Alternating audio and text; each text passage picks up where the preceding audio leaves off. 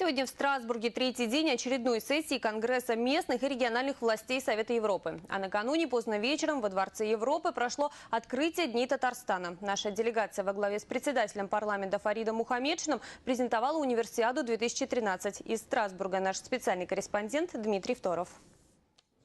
Спортзалы, дворцы, победа Акбарса, Рубина, Зенит и КамАЗ-мастера, национальная культура и наука.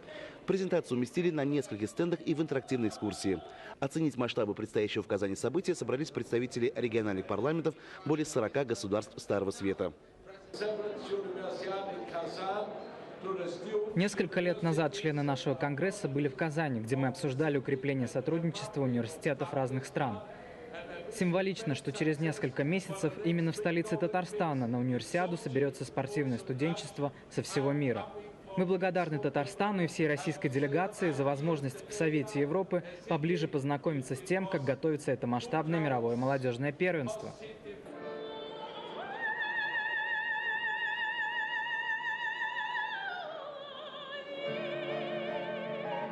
Постарались и мастера искусства республики, и татарстанские кулинары. Национальные угощения, сувениры и атрибутика ушли на ура. Я хочу поблагодарить всех татарстанских моих соратников, которые привезли много гостиница, много национальной кухни, татарские блюда, которые вы должны обязательно попробовать. Добро пожаловать в Казань, в столицу Татарстана, на предстоящую универсиаду. Спасибо, коллеги.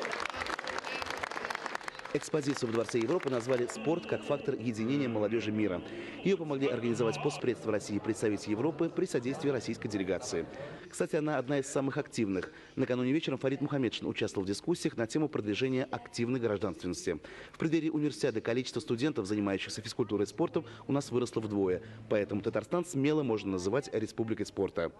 Сегодня в кулуарах участники сессии продолжают обмениваться впечатлениями от вчерашней презентации.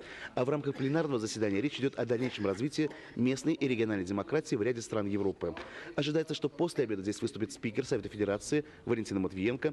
Она также рассчитывает познакомиться с экспозицией универсиады. Дмитрий Второв, Эдуард Мухаметьянов. Вести Татарстан, Страсбург, Франция.